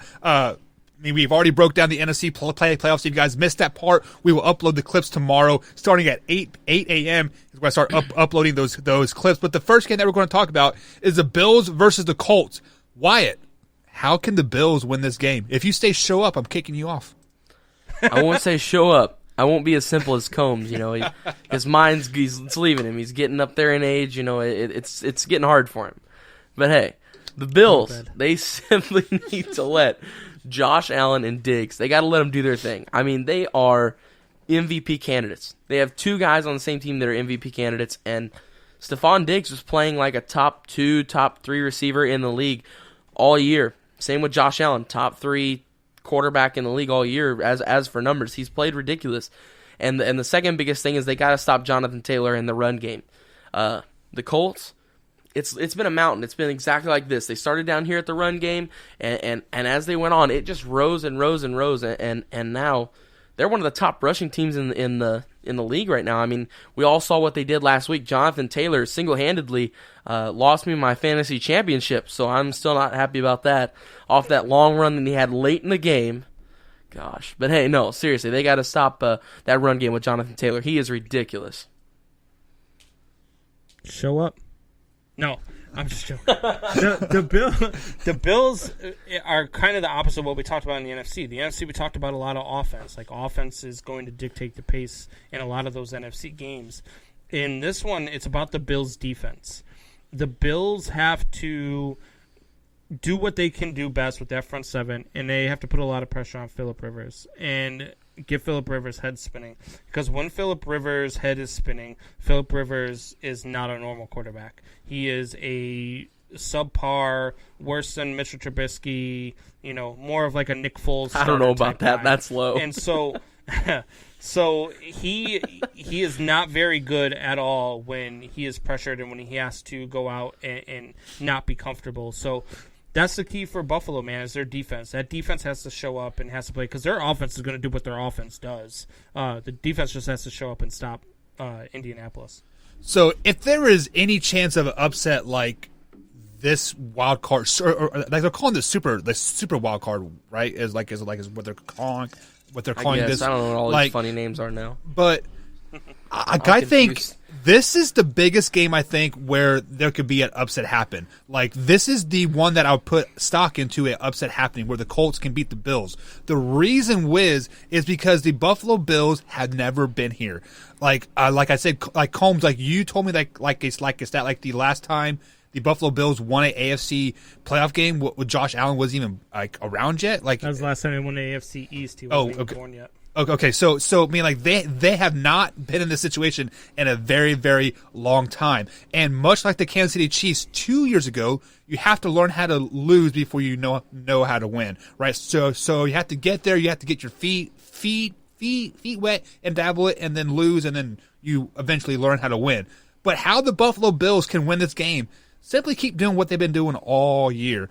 Stephon Diggs to Josh Allen, that has been sweetness coming off many of the Bills Mafia fans. However, they don't need to force the ball to Kenny Stills. I think Kenny Stills is able to play this game. Don't worry about getting him into the mix. Keep doing what you're doing. Give Stephon Diggs the ball. Run it when you need it. Singletary is having, I think it's like 700 yards this year. So you give him the ball 10, 12 times. Keep the defense just a little bit. Guessing a tad bit, but let Josh Allen let the ball fly. Yeah, man, Buffalo is so good. You keep saying something about there's a chance of an upset here. Everything I'm watching, man, this game has already been decided. So the reason why I think is there's a potential for an upset. Because the Buffalo Bills have not been here. Josh Allen has never been in the playoffs. Stephon Diggs, yes, he was with the Vikings when they beat the Saints, which did they really beat the Saints? Right? You guys remember that play, right? Sometimes talent overrules experience. Sometimes, well, sometimes you could be talented enough and never have been there. And sometimes ignorance is a good thing. Sometimes you just don't know that you're not supposed to be there, so you go out and you ball out and you do your thing. And Buffalo's just too damn good, man. They're just too damn good. But also that Colts offense is clicking though too. I mean, just like what White said, Taylor is clicking, run the ball really well. So Wyatt, how can the Colts win this game versus the Buffalo Bills? Well, as for the Colts, it's going to be all Phillip Rivers. For them to win this game, Phillip Rivers is going to have to look like he did 2-3 years ago, even 4 years ago. And it's going to be as simple as that. And they're also going to have to play at an elite level defensively, like what we've seen most of this year. Their pass rush with Buckner's going to have to be there. Darius Leonard's going to have to keep in stride with what he's doing, and the defense is really going to have to keep up with that Bills offense stride for stride, and essentially keep their offense in the game, because we all know when you look at the Colts, their defense is by far their strong suit. Yeah, and just to add to your point there, Phillip Rivers has a losing record in the playoffs. He is 5-6 in the playoffs, so he definitely doesn't have very much winning experience in the playoffs. He also has one kid for every loss in the playoffs. Combs, how can Colts win this game? So the Colts can't do anything themselves to win this game. In order for the Colts to win this game, they need to have done what we talked about having the Browns do and what Baker Mayfield is going to do. They need Josh Allen to poop all over himself. They need the Bills to come in and just get so scared of the word playoff game that they just don't show up. And that's the only way the Colts win this game. There is nothing that the Colts can do that is better than what the Bills can do. They need the Bills to beat themselves. The Colts can't beat the Bills. And I think how the Colts can win this game, they need a former Kansas City Chiefs to step up. Justin Houston. Yes, Justin Houston is still around. He has jumped around from team to team, but he has found a pretty good team and a pretty good spot with the Indianapolis Colts. He is going to disrupt and put pressure on Josh Allen to make him force the ball down the field before he is ready to throw the ball. So I think the Colts defense is how they win this game. And also, T.Y. Hilton needs to have a big game. He needs 3 touchdowns this game. I don't. Nobody got that reference but Buck, man. I was lost every too. time T.Y. Hilton, he does a T and then the YMCA. What are you guys need to step up. You didn't do a T in a while though. You just did this. You just motion your arms because you guys need to understand that I worked out on Monday. I'm still sore. I can't get my arm. Oh, you didn't want to hit your arm on your wall there. You didn't have enough room to stretch out. So funny story, guys. Lowercase t. Funny story, how you guys always say I'm in a dungeon, right? I actually have a prop chain that I have chained to my legs. So I was going to stand up and show the chain at the end of the show. But yeah. Anyways, let's go ahead and move on to the next game. Combs, you kind of gave it away a little bit here, but Steelers versus Browns. How can the Browns win this game, Combs? They need to play absolutely perfect football. They need to have no penalties. They need to have no turnovers. They need to play flawless football. They need Nick Chubb to show up and run his butt off. And that defense has to play well. You're going up against a very good Pittsburgh Steelers offense, and so you have to show up. The Pittsburgh Steelers are beatable. They've shown over the last 4 weeks that they're a beatable team. They went through a rough stretch in their schedule, and then they went out and won a big game against the Colts, and before losing the final game of the season to the Browns. But that was with their third stringers in there. So, but the Steelers are beatable, and the Browns have the recipe for that success. The Browns have beaten them, so they need an absolutely perfect football game out of Baker Mayfield, out of Nick Chubb, out of that offensive line, and out of that defense. It has to be a flawless game in order for them to win this game. Yeah, and some things that are going against the Browns right now is COVID is going through Ohio. We talked about with the Ohio State and now the Cleveland Browns. Their coach will be out this game because of COVID, and I believe 5. They zero positive tests today, and they believe that they've got to contain. They believe it was an outside source where the coaching staff got it, but right. So be all right. Why? How can the Browns win this game? Browns have got to keep Big Ben throwing the ball. He is old. He is washed, and the more and more and more that he throws this ball, we're seeing that he is incredibly inaccurate downfield. It's just check down route after check down route after check down route. That is simply all that it is. And the run game is non-existent as well. And that is pretty much it for them to be able to do this. But the problem is neutralizing Big Ben. Yeah, Wyatt, you hit the nail on the head here, the hammer on the head. However that saying goes. I'm getting a little tongue twisted, man. Like that water's a little Stick potent. to IT, man. You can't do any carpentry. Exactly, right? So how have we seen the recipe for the Pittsburgh Steelers is make Big Ben throw the ball. Every time Big Ben throws the ball over 35 times, the Steelers are a 500 ball club. So make sure that the Browns are bringing pressure early. Stuff that run early. Force the Steelers into thinking the only way they can beat you is to pass the ball down the field. And I don't know if Big Ben is healthy enough to do it right now. So on the flip side of the coin, guys, how can the Steelers win this game? Combs. Just like you said, what the Browns need to stop. They need to establish the run. They need to get back to Steeler football. They need to get back to what they were doing early in the season that made them so damn dominant. They've got to take the pressure off of Big Ben. They've got to establish a run. They've got to be dominant. They've got to sustain drives. And they've got to keep that Cleveland offense off the field. Because if that Cleveland offense is playing flawless football, like I said they need to win this game, they are a tough team to beat. They can put up 35 points in a hurry.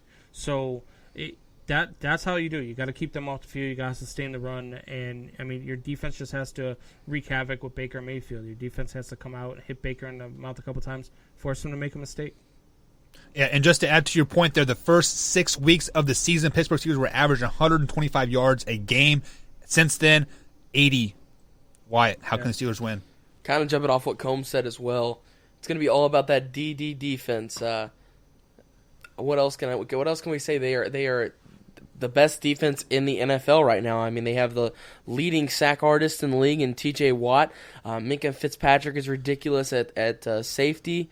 And here's the deal. Okay, we all saw the Week 17 game between these two teams. Okay, the Browns barely beat the Steelers while the Steelers' backups were in. Mason Rudolph was at quarterback, and it came down to a huge comeback. By the way, that they allowed backups to bring this huge comeback, almost ruin their entire season in Cleveland, and then it comes down to a run to the right with Baker Mayfield on 4th down, I believe it was, and he gets the first down, or it was 3rd down. He gets the first down, gets a new set of downs, and they run out the clock. So I don't believe in the That's not a surprising key to success for me from you, because you Green Bay Packers are all about the D. Well, great dad joke there, Pops. But you guys need to understand that the Cleveland Browns were also playing with all their backup receivers as well, because they were all in quarantine, because they were all shut down because of the whole coronavirus, right? But so now all the receivers are back for the Browns. So how the Pittsburgh Steelers can win this game? They need to go back to their roots. They need to get back to that ground and pound football. Monday, Wyatt brought up a great name, Jerome Pennis. How did they win that last Super Bowl? They gave the bus a ball a lot. They need to give James Conner. They need to give Benny Snell and James Conner both need to rush the ball at least 15 times apiece. Big Ben is not healthy. After every throw, guys, watch it. He is going to rub that elbow because it is sore. It is going to be cold. It's an 8:15 kickoff East Coast time, so it is it is going to be night.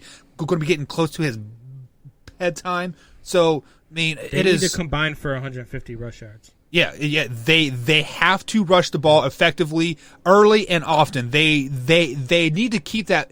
So these words are going to come out of my mouth, and they're not going to sound right. But they need to keep that Browns potent offense off the field. Because if the Browns offense gets fire and clicks, I don't think the Steelers can go blow for blow with them. Yeah. No, I agree. No way.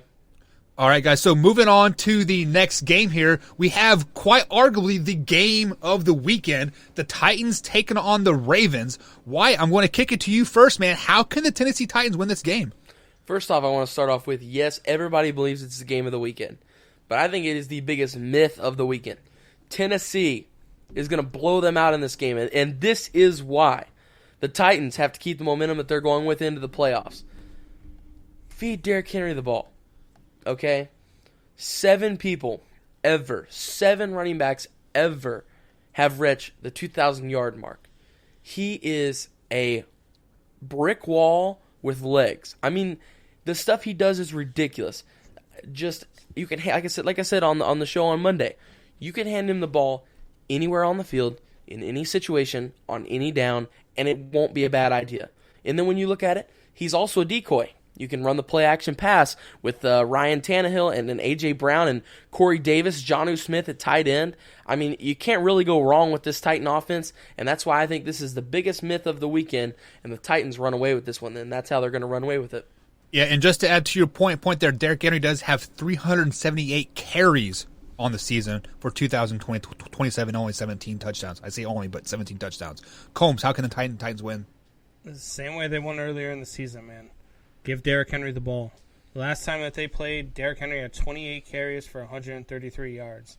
Feed the beast the ball. And that's how you win this game. I mean, they beat them, I think it was like 30-24 earlier in the season, and Derrick Henry just established himself in there. Tannehill played an all right game. I can't remember what he threw for. I think it was under 300 yards, but Derrick Henry is the key to the Titans' success. So, if he does what he did in the last game, I agree with Wyatt. This isn't going to be a close game.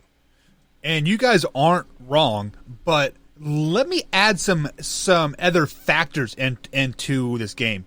Ryan Tannehill has secretly, kind of under the radar, become a great quarterback in front of our eyes. Yes, he has. He has grown a lot this season. This year he has 3,800 yards, 33 touchdowns, and 7 interceptions this year. How many rushing touchdowns does he have? It's quite a bit. I don't know, but he seems to get one every game, right? Other game, yeah. But it is just ridiculous. So yes, you are going to establish the running game with Derrick Henry, right? But how do you keep the Ravens offense, not stacking 8 or 9 guys in the box? Let Ryan Tannehill throw the ball to AJ Brown. That is how they won the game. That's how they won a game against Houston. If they had Blake Zender guarding AJ Brown and he runs wide open like across the field, get AJ Brown the ball. So I would actually try to establish the passing game first, and then let Derrick Henry eat in the second half. So definitely establish that passing game, and just like Ryan Tannehill, guys. We're going to do how to do off season comparative top 10s, right? And I think Ryan Tannehill might slide into that top 6, top 5 spot, to be honest with you guys. I actually agree with you, seriously. Yeah. Combs, you got what? Come on, man! Almost 4,000 yards. You guys think Ryan Tannehill right now is a top 5 or 6 quarterback? His last 5 games, he had 3+ touchdowns in each of them. He had 2 5-touchdown games in his last 5 games. He just went crazy all of a sudden. It's 2 against 1, Combs. Come on now. Okay, Combs. You're both wrong. Name me 5 better quarterbacks than Ryan Tannehill right now. Josh Allen. Okay, Patrick there's 1. Mahomes. 2. Aaron Rodgers, say it. Aaron Rodgers. Oh, you love saying it. Matthew Stafford. Let's go 3. with we can go with. I'm trying to think of quarterbacks now. So you could go with Lamar Jackson. No. Yeah. 3 still. That's not 3. That's 5 now. You're telling me 4. that Matthew Stafford is better than Ryan Tannehill. You're telling me that Lamar Yes. Jackson is better than. Come Yes. on, man. Come on, man. You wouldn't. Drew Brees. I'll give you Drew Brees. Breeze is retiring. Russell Wilson.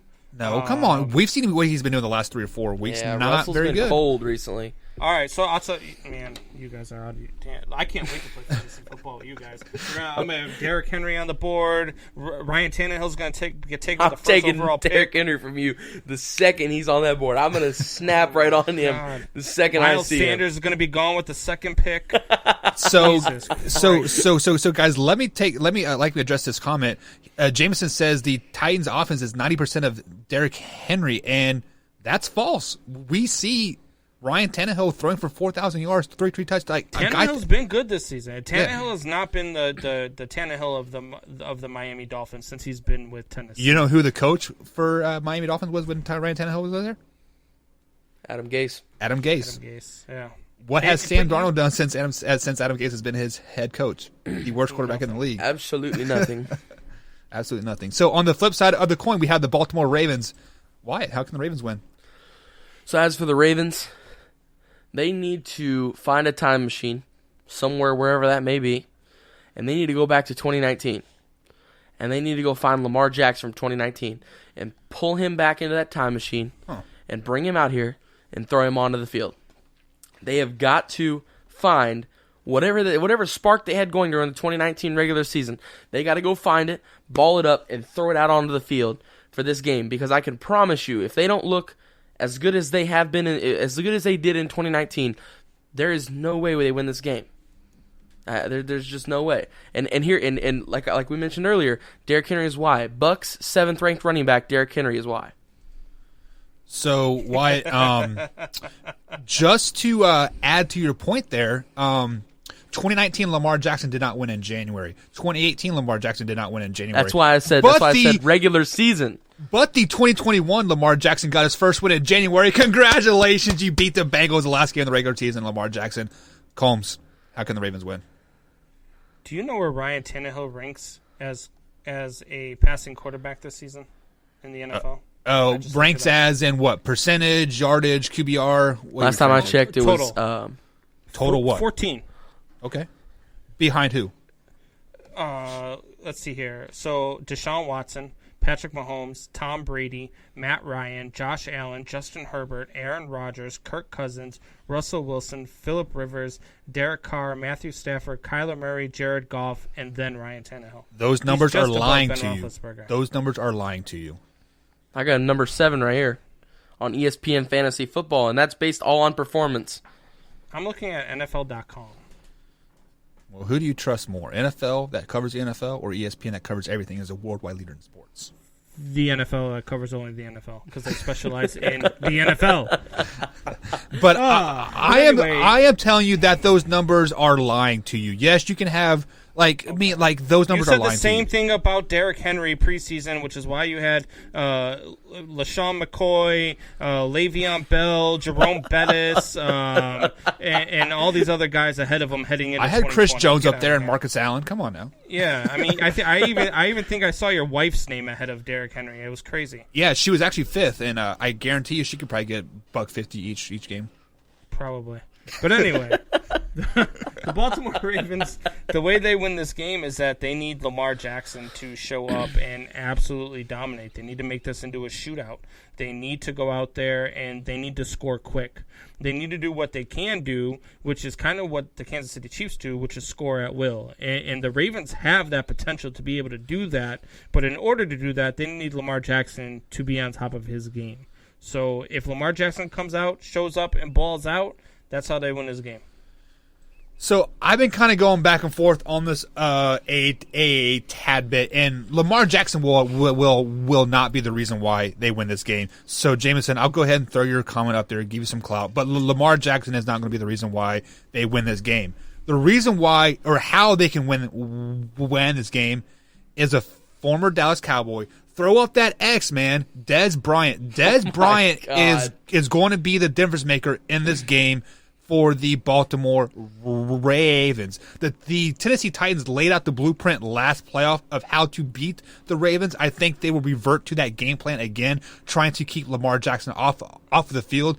But you guys don't understand, the X factor is in there. The X, throw up that X. Dez Bryant scored his first touchdown a couple weeks ago. He has worked off that rust. He is no longer sipping wine and quitting the NFL. Dez Bryant is the reason why they're going to win this game, or how they can win this game, I should say. Throw that comment back up there again. Jameson, I love you. You've got a lot of good points. I've agreed with a lot of your stuff. But the last part of that, you say that Titans defense can't stop Lamar Jackson. The last time they played, Lamar Jackson was 17 of 29 for 186 yards with 1 touchdown and 1 interception.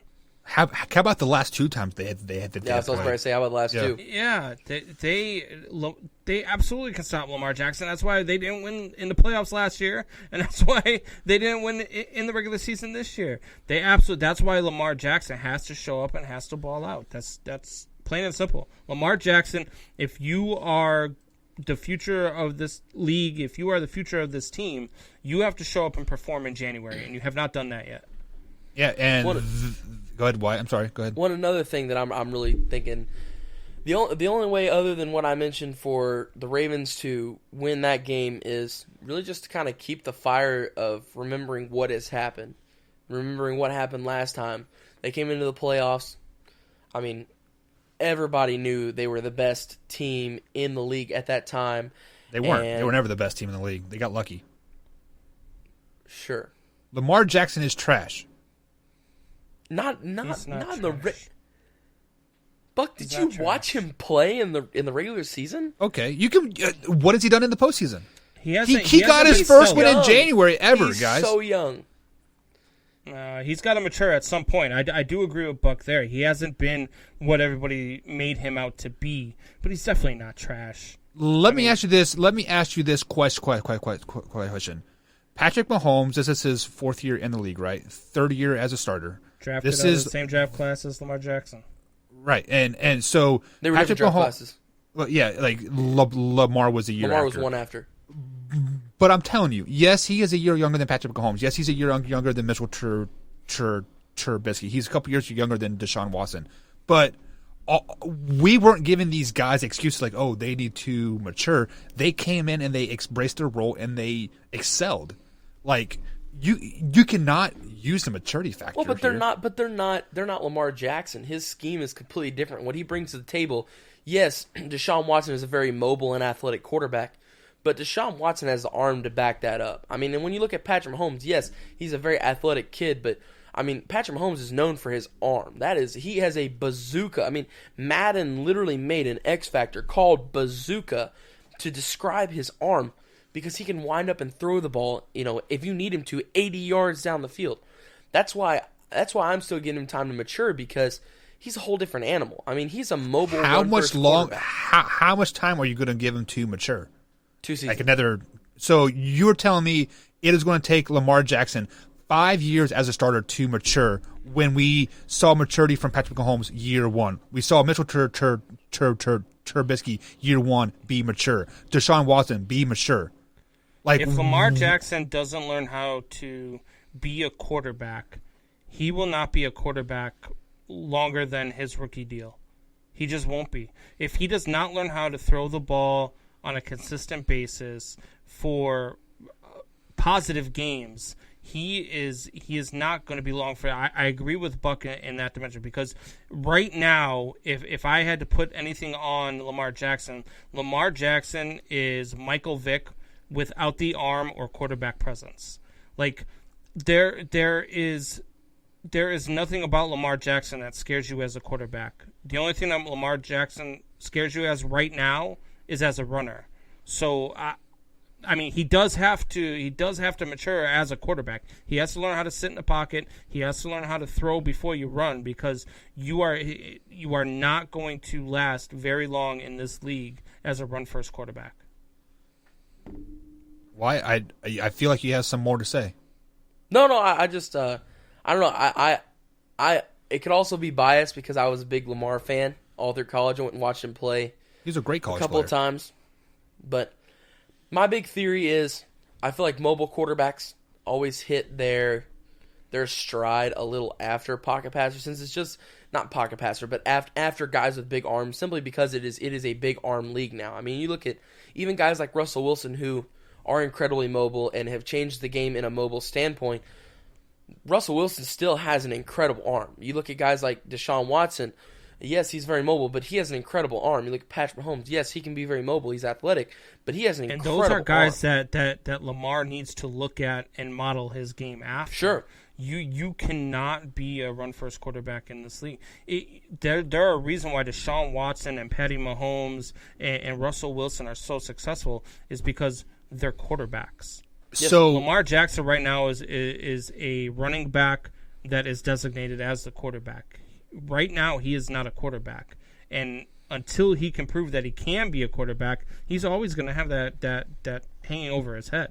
That stigma, yeah. So why you said it takes longer for rush first quarterbacks to mature or to figure out the game, and like I think that is the exact opposite. I think the quarterbacks that can scramble excel earlier in their career because you weren't sitting in the pocket having to actually read defense and actually be a quarterback. So you excel earlier. So like I think that's why last year we saw Lamar Jackson. They were 14-2 or 13-3, like whatever, something like that. Yeah, really good. He I'm not taking it away from him. He had a great season, but a year of film on him, we've seen defenses can adapt. So like that's why a younger scrambling quarterback excelled the way he did. I think this playoff game is a transcending game up or down for Lamar Jackson. If he has a crap playoff game versus the Titans, we are not going to see much of Lamar Jackson in the next coming years. If he has a great game, I think he is going to transcend up. So you think this is essentially a contract game? This is a career game. Is he going to be an elite top 5, or is he going to be? Or are they going to go out and draft somebody to replace him in 3 years? Right. So I will say I have noticed big step ups in his arm since he first got into the league, but he definitely does need some help with his arm. Okay, so let's go ahead and address that comment from James. And what do you guys think of the possibility of Sam Darnold being traded to San Francisco? Not happening. I don't like the idea of the Jets trading Sam Darnold at all. But if they are going to trade him, look, I already think there's going to be a huge quarterback carousel. Jimmy G's probably part of that. Rumor is that San Francisco's done with him in San Francisco. There's a reason why they got Josh Rosen there. So if they're going to trade Darnold to San Francisco, they probably should do it for more than just Jimmy G straight up. They've got to go out and make a splash and do something. But I mean, there are everybody. If they say Sam Darnold's on the block, there is not a team in the league that needs a quarterback that will not be there and putting in all their chips for it. I'm telling you right now, you got a team here in Chicago. You've got a team in Atlanta that would love to have him come sit behind Matt Ryan for 1 year. You've got a team in Tampa Bay. Tampa Bay, sit behind Tom Brady for a year, learn under Tom Brady, and take over the reins.